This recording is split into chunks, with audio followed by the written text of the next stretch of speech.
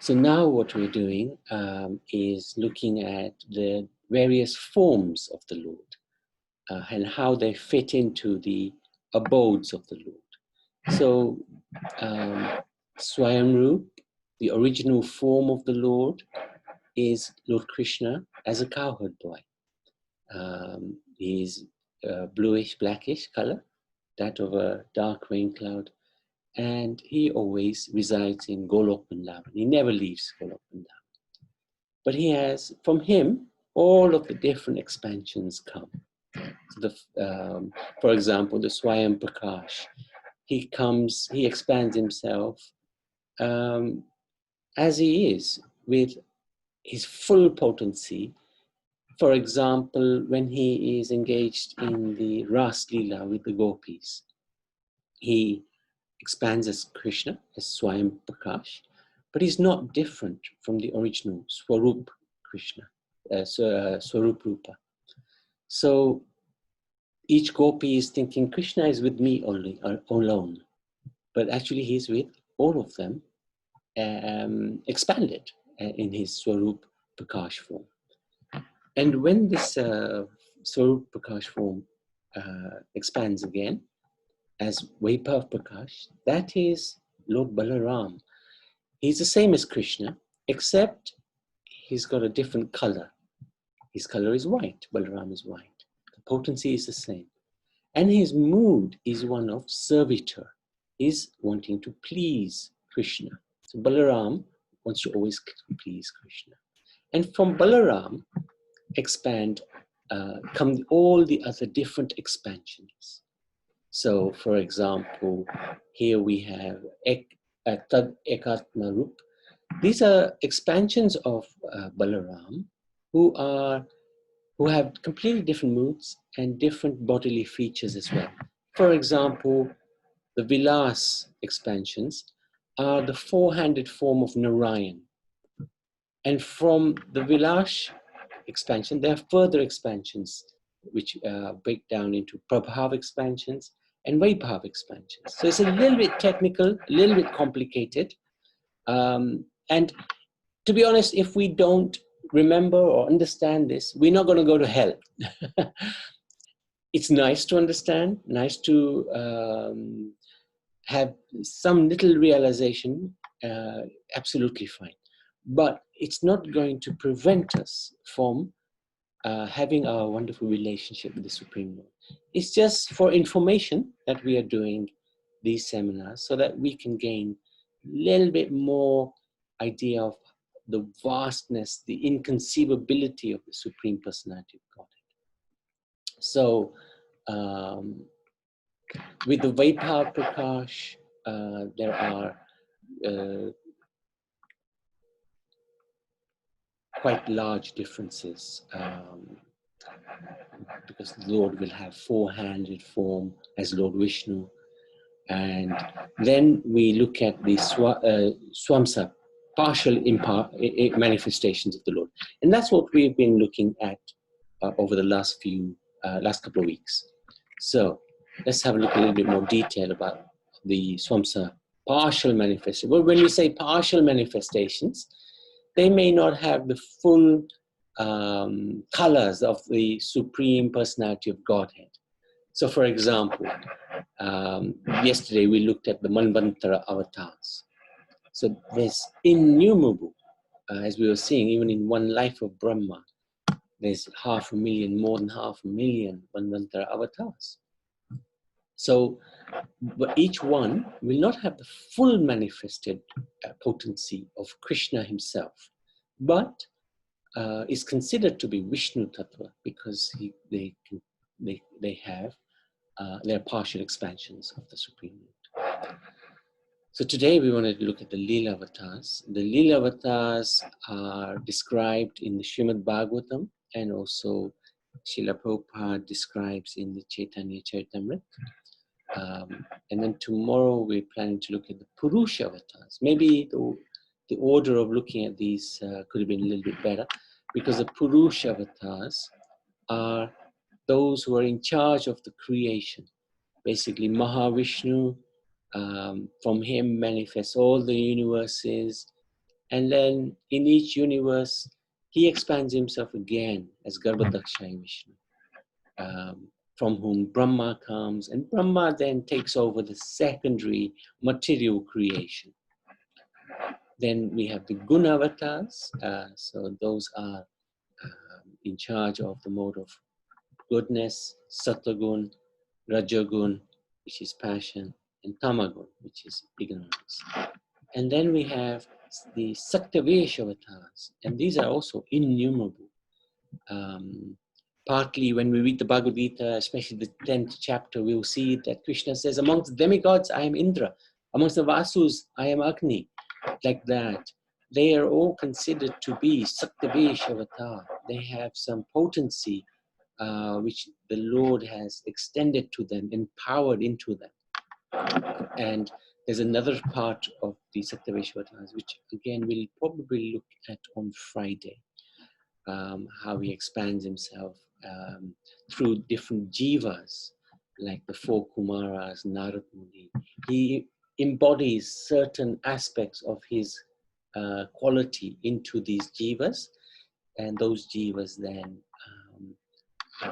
assist the world to become closer to the Supreme Personality of Godhead. So for example, to the four Kumaras, he would imbibe them with knowledge, so they would spread knowledge of Krishna. With Narad Muni, he empowers him with bhakti, and then whoever Narad meets gets the benefit of Narad's association and gets bhakti. And then we have the Yuga avatars. So we were looking at yesterday at a Mahayug consisting of Satya Yuga, Data Yuga, Dwapar Yuga, Kali Yuga. So in each Yuga, the Lord will manifest himself. And again, we'll probably look at that either tomorrow or Friday. So today, we want to just focus on Lila Avatars. And it is complicated. Again, it's a little bit more technical because the Lila Avatars, they're called Lila. Lila means pastimes or engagement. Avatar means the Supreme Lord coming to interact with the Jivas. The Lila Avatars are interacting with us in order to attract us to go back to the Supreme Lord. And also their function is to protect the devotees and destroy the demons, and especially destroy the demoniac mentality within us in Kali Yuga. So as I said, these Lila Avatars, they're described in the Bhagavatam. So we're going to go through those one by one, not in any great detail, but just to give an idea of who these Lila Avatars are. Now, some of these Lila Avatars are Shaktavesh Avatar. They are living entities, for example, the four Kumaras, just like us, Jivas, but they've been empowered to distribute transcendental knowledge. So they're considered to be, because they're empowered by the Lord has given them a Shakti, they're considered to be an avatar, Shaktavesh Avatar. Shakti is energy. Shaktavesh Avatar means one who is empowered with the Shakti of the Lord. So here they are, four Kumaras. They're not just considered Lila Avatar, but as we were talking about earlier, Shaktavesh Avatar as well. So they perform great Leelas. For example, in the Bhagavatam, he explains how they went to meet with Dhruva Maharaja, and they gave him much instructions, and those instructions are imbibed into the Srimad Bhagavatam, and those instructions actually give us a roadmap of how to behave in this world and how to again build a relationship with the Supreme Lord. And the four Kumaras went to meet. They've got a free passport into Vaikuntha. So one day they went to meet Lord Narayan. But when they went, the gatekeepers stopped them from entering Vaikuntha, and they became upset with the gatekeepers and cursed them to descend to earth, to fall to earth. And then Lord Vishnu came and he apologized. Lord Narayan came, apologized for the behavior of the gatekeepers. And the gatekeepers were given a choice by Lord Vishnu. You can appear on earth as demons in 3 lives or devotees in 7 lives. And they chose to behave like demons because they didn't want to stay in this world too long. And of course, the Lord always has a plan. Nothing happens. Not even a blade of grass moves without the sanction of the Supreme Personality of Godhead. So there was a plan for the Lord to enjoy chivalrous pastimes on earth. And hence why his devotees became demons to fight with him. So the 4 Kumaras are very instrumental in many of the pastimes that take place on earth. So that's the first. Second incarnation that's been described in the Bhagavatam is Narad Muni. Narad Muni is an extraordinarily famous personality, and he's been empowered with the Lord's Bhakti Shakti. And again, he's a jiva, ordinary soul, but an extraordinary soul, also because he is Shaktavesha Avatar. He also has a free license to go anywhere in the spiritual and the material world. And he has this great, great potency. How many times have we met our spiritual master? I would ask the devotees. Hundreds, thousands of times. And have we become self-realized? Very difficult to say. Certainly for myself, I can say no. But Narad Muni, his potency is so great. And the defect is in us. It's not in the spiritual master. Spiritual master is one. So Balarama manifests himself through the spiritual master. So the spiritual master is not at fault. We are at fault if we are not understanding his instructions. But Narad Muni has this amazing potency that he meets somebody one time and they become pure devotees of the Lord. And there's so many examples of this. Mugari, the hunter, Narad Muni just met him once, convinced him to stop hunting, stop killing animals, and take the devotional way of life. And he did so. Similarly, Dhruva Maharaja, who was going to the forest, he was aged 5. Narad Muni met him. He said, "What are you doing? Go and play in the palace. You're a 5-year-old boy. What's the need for your anger?" He was a Kshatriya, but he was so angry that his father wouldn't let him sit on his lap. And he said, "I want a kingdom greater than my father's." And Narad Muni could see his determination, gave him a mantra, initiated him. And Dhruva Maharaj, within 6 months, had darshan of the Supreme Personality of God. And of course, Prahlad Maharaj. We were discussing Prahlad Maharaj just before this call with Pritam, how he's one of the greatest devotees of the Lord. An example is, for example, Sam, we were discussing about Draupadi, how she surrendered to the Lord when Dushashan was pulling her sari off her. And when she gave herself completely, the Lord approached and saved her.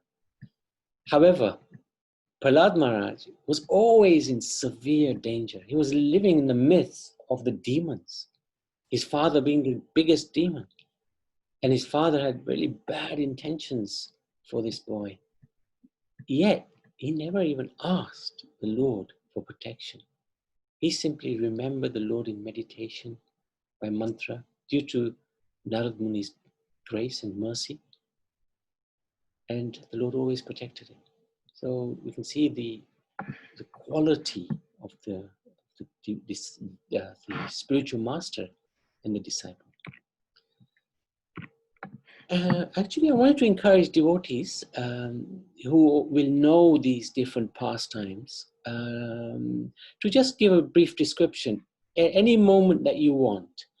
We're going to go through about 25 different Lila Avatars. And, we have very experienced devotees listening. Karuna Bandar, we have Maitreya, we have Govinda Prabhu, we have Ram Durali, we have Sam, Kaushalya, Amita Krishna. You know, if you like to speak, I would love you to share any of these pastimes, anything you'd like to share. Please don't feel that it's a forum that only I can contribute. I would love you to contribute as well. So at any time, just please unmute yourself and you're welcome to share. Hare Krishna. Yeah, can't hear you. Yeah, Hare Krishna. Just wanted, maybe you can. We can't hear you. We can hear you. We can't hear you, Roma. Sorry. We can't hear you properly. Or it's very best. Come out and go in again. Yeah, come out and come in again. I think that way we might be able to hear you, huh? It's very bad service today. Oh, Yeah. can you hear me? I done 3 times. Oh, you done 3 times. I'm so sorry. Okay. So Varaha, he appeared twice. Once during the first Manu, and then during our own Manu, Vaivasvata, like we were discussing yesterday. And he came both times to protect Mother Earth. Both times Mother Earth was submerged in the waters. And the first time he came in white form, and hence why this Manvantara is named after him, Sweta Varaha. And at that time he rescued Earth.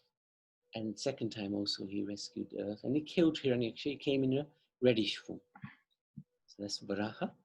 He's the Lila Avatar. And he's Vishnu Tattva. He's not Shaktavesha Avatar. He's not Jiva. He's Vishnu himself. So Vishnu Avatar. And Earth is married to him. Here he is. Matsya Avatar is the fish incarnation. So these incarnations also simultaneously are part of the Das Avatar as well. Not all of them are, but the most popular ones are. So Varaha, Matsya, they are both part of the Das Avatars as well. So we've already talked about them in some detail. And Matsya Avatar came to rescue Satyavrat Muni. And Satyavrat Muni, he was informed that you will be the next Manu. And our current Manu, Vaivasata, was Satyavrat Muni in his past life. So this is quite interesting how it all sort of gels together very nicely. And this is Matsya Avatar, came to protect Satyavrat Muni when it was the earth was being inundated with the devastating water. And then Yakya is described as the 5th of the Lila Avatars. He's the son of Prajapati, Ruchi, and Akuti.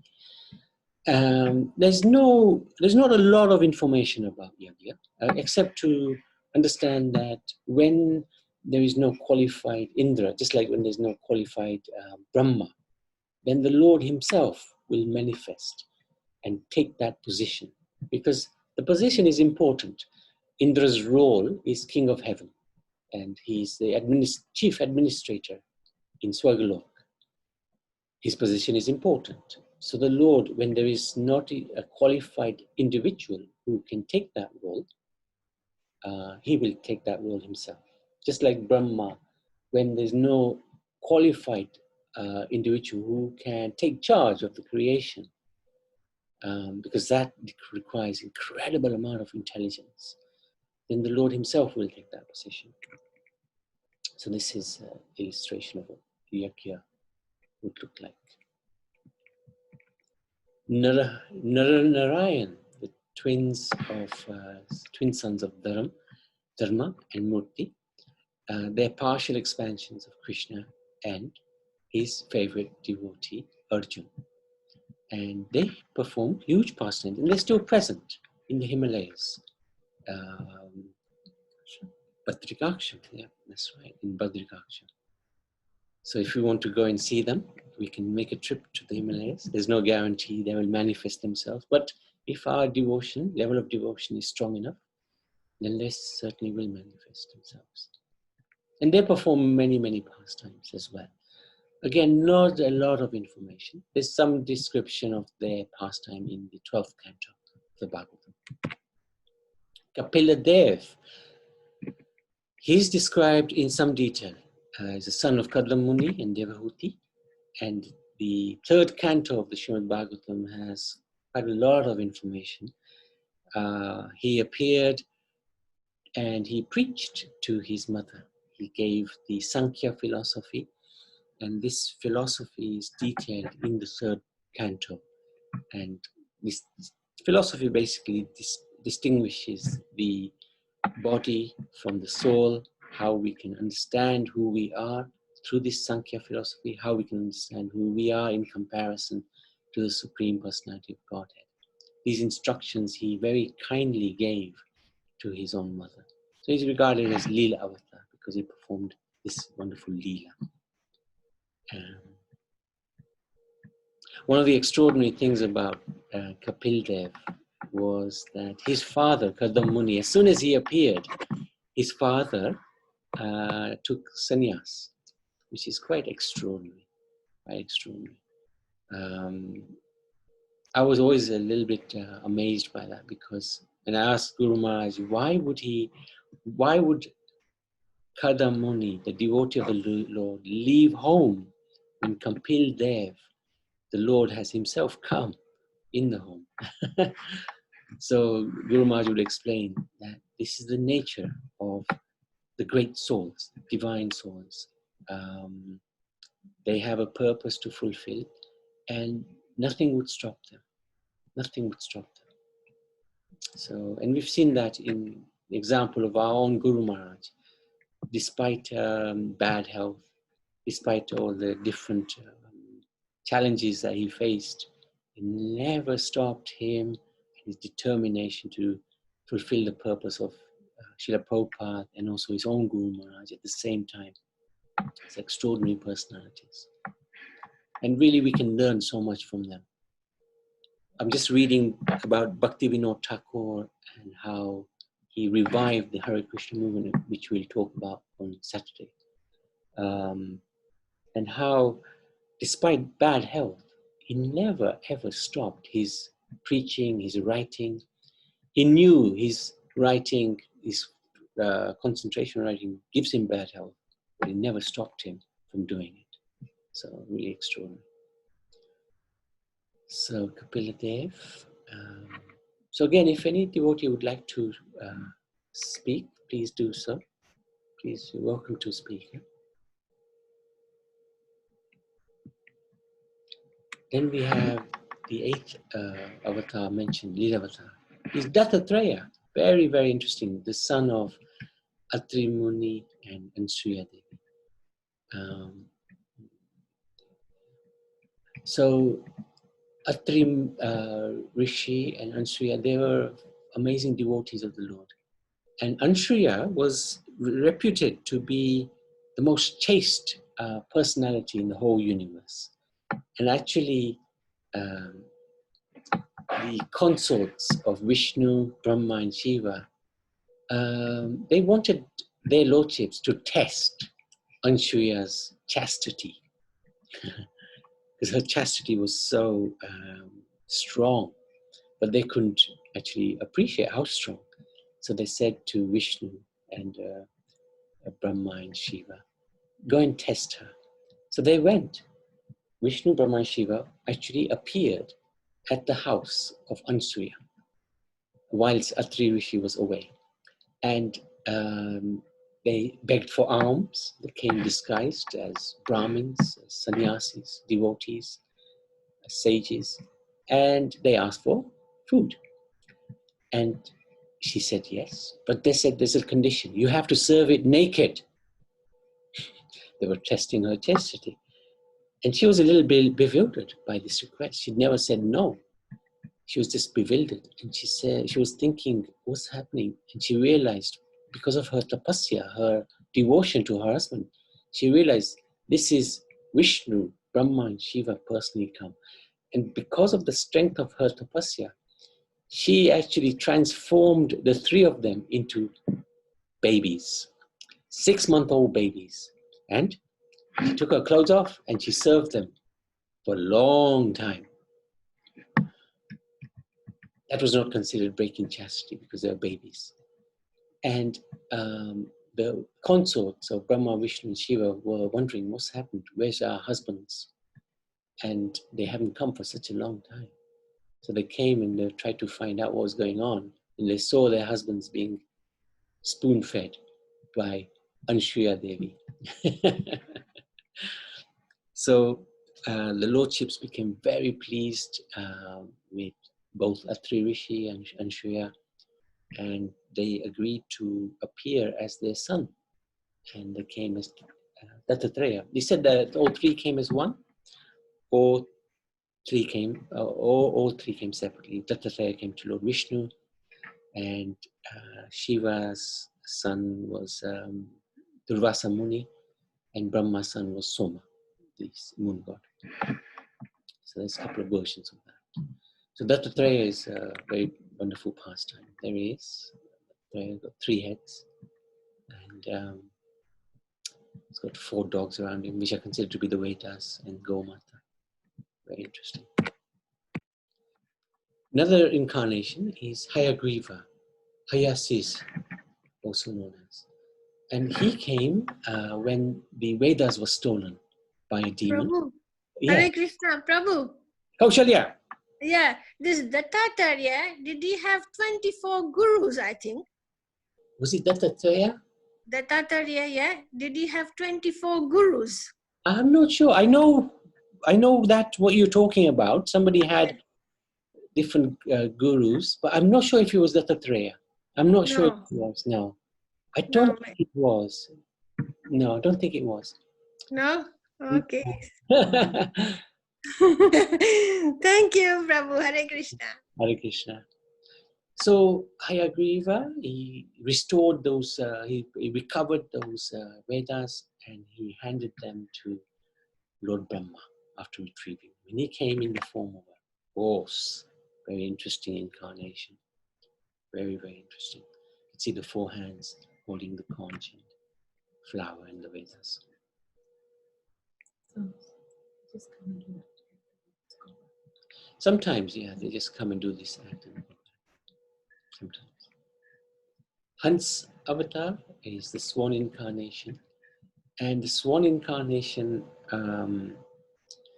is, again, not that much information is given about this incarnation. But at one point, Lord Brahma was bewildered, and this swan incarnation came and gave him, he answered these questions, basically. And the next incarnation, very little is given. Prishnigarbha. This is incarnation that appeared before Dhruva Maharaja and created this planet, which later on became Dhruvlok. So this is a planet which belongs to the spiritual world, but he brought it into this world. And Dhruvlok, Dhruva Maharaj, was awarded this planet as a gift by Lord Vishnu when he came in front of him. And this is the Swan Avatar. And you can see here the 4 Kumaras are also present, together with Lord Brahma. So then, the 12th incarnation is Lord Rishabdev, very famous incarnation. Famous because also the Jain tradition, Jain religion, regard him as their first Tirthankar. And Rishabdev had 100 sons, and he was the ruler of Bharatvarsh. He made his son Bharat Maharaj, the king, and then he left. And this planet is called Bharatvarsh. It's named after Bharat Maharaj, the son of Rishabdev. And if we look at the 5th canto of the Srimad Bhagavad Puran, there are wonderful instructions between Lord Rishabdev and his sons just before he departs. And Guru Maharaj used to love those instructions in the 5th canto. I don't know if there's any devotees who would like to share, but he used to give lots and lots of classes on the 5th canto and these instructions of Rishabhdev. And the one instruction I do remember is when Rishabhdev in the 1st or 2nd verse says, we should not live like the hogs and the dogs in this life. We should understand that human life is meant for self-realization, not sense gratification. So Guru Maharaj was very much liked those instructions, and he wanted us very much to follow those instructions. Just like Rishabhdev wanted his sons to follow the path of perfection by tapasya. And then later on, and this is the wonderful painting she's drawn about, showing Rishabhdev instructing his sons. So he's Vishnu Tattva, he's the incarnation of Vishnu. Both Rishabhdev and Kapil are also regarded as Satyavesha avatars. So that's a little complication there, which is a technical matter which I won't go into. Prithu, he is again, he's a Jivatma, he's a living entity who's been empowered by the Supreme Lord to rule the world. He during the time of, I think, must have been Treta Yuga, he came and actually his father was King Venu, who was a demoniac king, and the sages actually killed that king, the Brahmins, and from that king they churned the body, they churned Prithu and also his wife. So this is how Prithu appeared, and he ruled the world as a righteous king. So he's an incarnation of the Supreme Lord. Here he is. And then we have Lord Nrsimhadev, who's very famous. Would somebody like to give maybe a minute or two description of Lord Nrsimhadev pastimes? Everybody will know this in some detail. Would somebody like to just give a little description?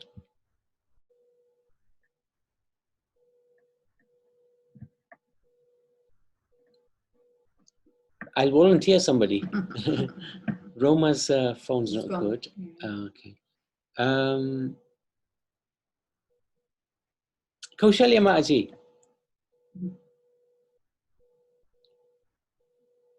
Oh, Pitender. Oh, Kaushalya. Okay. Kaushalya? Yeah. Yes, go Yeah. ahead. About Narsingh Bhagwan. Yes. Narsingh Bhagwan, well, Narsingh Bhagwan was half lion, half king, and when he came out, everybody was so scared, very, very scared. And even Prahlad, he also got a bit scared. Then he started praying, and he was chanting the Lord's name. And then he finally killed Hiranyakashipu, and he was still scared, the Prahlad Maharaj. Then he chanted Hare Krishna, and he came to him nearby, and he took him on his lap. Narsingh Bhagwan took him on his lap. That's right. Yeah. Thank you. And then he became very bit quiet, because even Prahlad Maharaj was really very scared. But when he sat on his lap, he became quiet. Mm-hmm. Actually, Kaushalya Maaji, it's explained that Prahlad, he wasn't scared. No? It was for the demigods, Brahma, Shiva, even Lakshmi Devi. They were thinking, wow, we can't approach the Lord because he's looking so ferocious. Yeah. And Prahlad Maharaj also was a bit scared, but when he chanted and he came nearby to Lord Nrsimhadev, then Lord Nrsimhadev took him on his lap. Yes, that's right. Yes. So they said to Prahlad, and then he became quiet. They said to Prahlad Maharaj, you go, you pacify the Lord.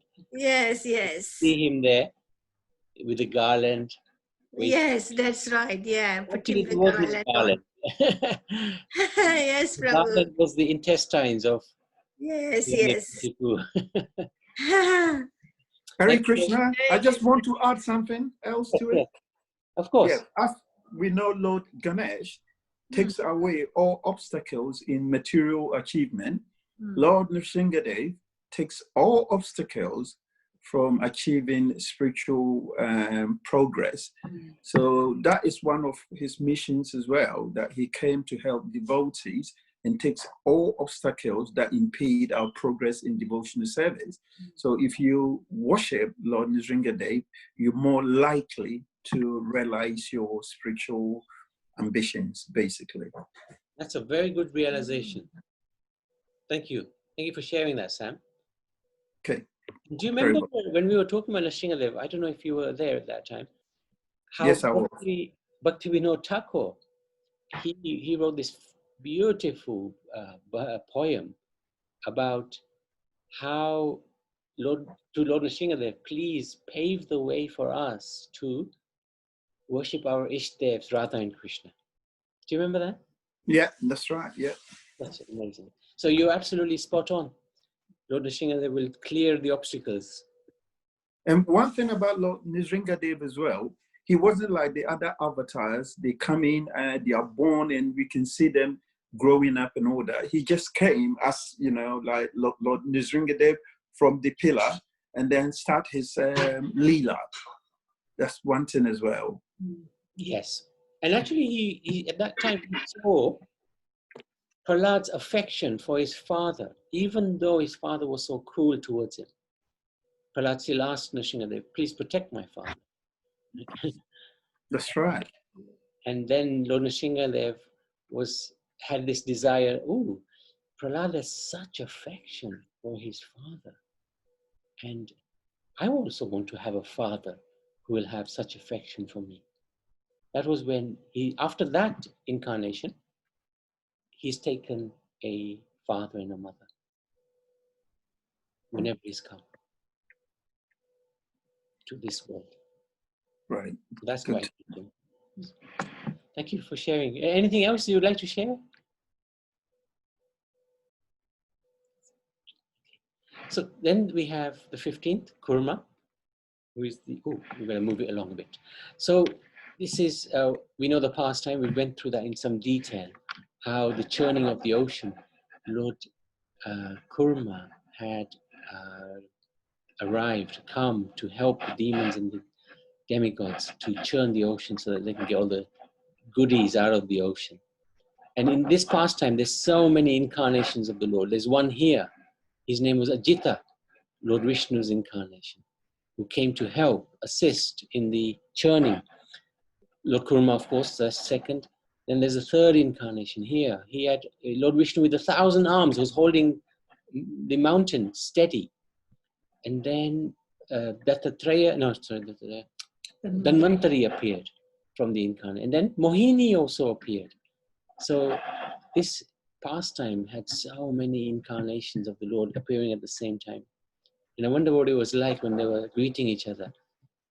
Hare Krishna, Ajita Vishnu. Hare Krishna, Kurma. Kurma Avatar. So Dhanvantari, we just talked about him. He appeared from the ocean of milk and carrying the pot of nectar. And he's, of course, the source of the Ayurveda system of medicine. Mohini also appeared, another Lila Avatar. She came just to trick the demons out of the nectar and gave it all to the demigods. And then we had Vamandev, the dwarf incarnation. Again, we talked a lot about him, how he came and he tricked Bali Maharaj into giving him everything Bali had. And Bali was such a great devotee that he offered himself to the Lord, who very, very graciously accepted, put his feet on the head of Bali, and actually gave him a kingdom greater than Indra's. And he's still there in Patalok. And the Lord agreed also to remain as his doorkeeper. And then Parshuram, we talked about Parshuram, how he annihilated the Kshatriyas 21 times, 21 generations of Kshatriyas were destroyed. He's still around. He's Jivatma as well. Shaktavesha Avatar. He's given the potency of killing. And then our beloved Ramachandra, Raghavendra, and he came as the son of Dashrath and Kaushalya, came to protect the devotees and killed Ravan. Ravan was one of those incarnations of Jay and Vijay. And he came and performed wonderful pastimes with Mother Sita and Lakshman, Bharat, Shatrughan, and Hanuman. Wonderful pastimes. And then the 21st is Vyasdev. Again, he's actually empowered by Lord Vishnu to write the Vedas and the Puranas. And it's estimated that the Vedas and Upanishads, all the different strands of knowledge, consist of more than 5-10 billion verses. So this is no mean task. So the Lord himself has taken on this task in the 28th Manvantara. And of course, Lord Krishna very kindly summarized all of the Vedic philosophy into the Bhagavad Gita, just 700 verses. And I was thinking maybe next week we will start going through the Bhagavad Gita chapter by chapter. So Balaram is the 22nd, and he's the first plenary expansion as we discussed. Vaibhav Prakash, and he acts as the older brother of Krishna and performs wonderful pastimes to serve Lord Krishna. He is Supreme Lord himself, Balaram, but he comes as servitor, comes as to please Krishna. And Lord Krishna is also regarded as Lila Avatar. Of course, we talked about Lord Krishna, how he is actually Avatari. He's the source of the avatars. And both Krishna and Balaram, they appear in the family of the Yadus Vishnu dynasty.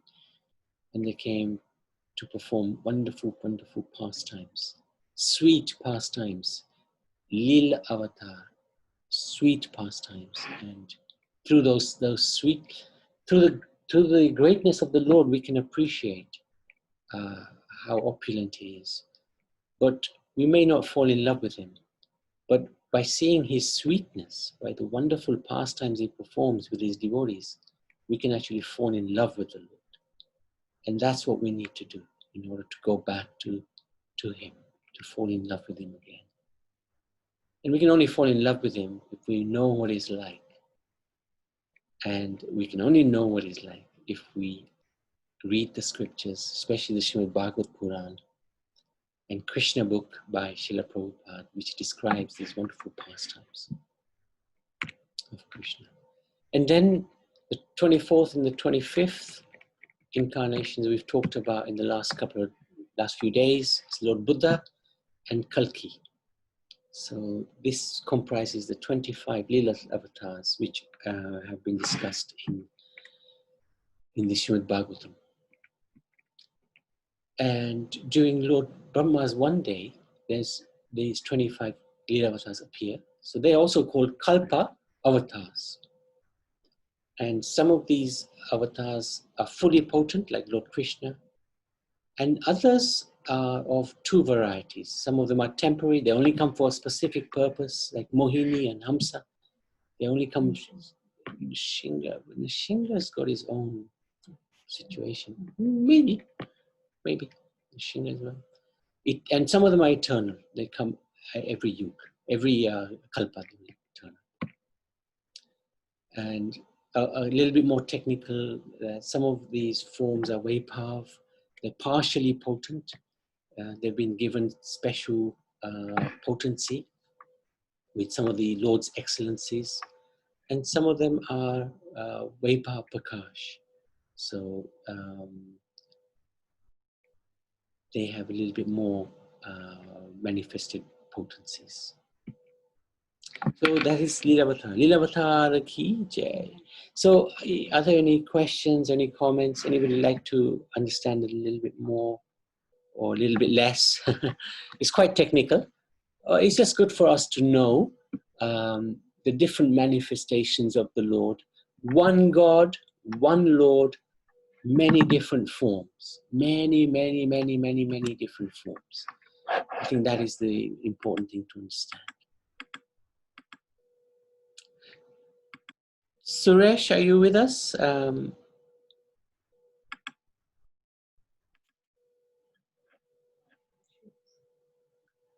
Hare Krishna Prabhu. Hare Krishna, Karna. I have one question. In fact, it's from my daughter. Okay. Chitra? Yes, Chitra. Mhm. Krishna Avatar is in this yuga. So, in other yugas, do we have Bhagavad Gita? Oh, interesting question. Because Vivasvan spoke it. Yes. Yes. But Krishna wouldn't have spoken it. It came through Vivasvan because, you know, in the Bhagavad Gita it says, you know, there's some knowledge has been broken, but it was given to Vivasvan, passed on, you know, down the chain. But because it got broken, that's why he's speaking it now. But so we're lucky to have Bhagavad Gita spoken directly from Krishna. In other yugas, it would have been passed down. Or avatar of Krishna. Yeah. But yes, Bhagavad Gita would have always be there, always be spoken. It's eternal. Good point, actually. Fourth chapter describes how Krishna says, I explained this Bhagavad Gita to Vivaswan. And Vivaswan explained it to Ikshwaku. And then Arjun is very intelligent. And this is the whole beauty of our scriptures. It's not just a question of listening, but it's a question of questioning. Arjun then questions Krishna, how is this possible? Vivaswan is older than you are. How is this possible? And then Krishna answers that both you and I have gone through many births, and I remember all of mine. You can't remember any of it. Does that answer the question, Karuna? Yes, Prabhu, thank you. Thank you very much. Anybody else? Otherwise, we can chant the Lord Nrsingadev's Kavach. Okay. Thank you very much, Karuna. I'd like to chant. Hare Krishna.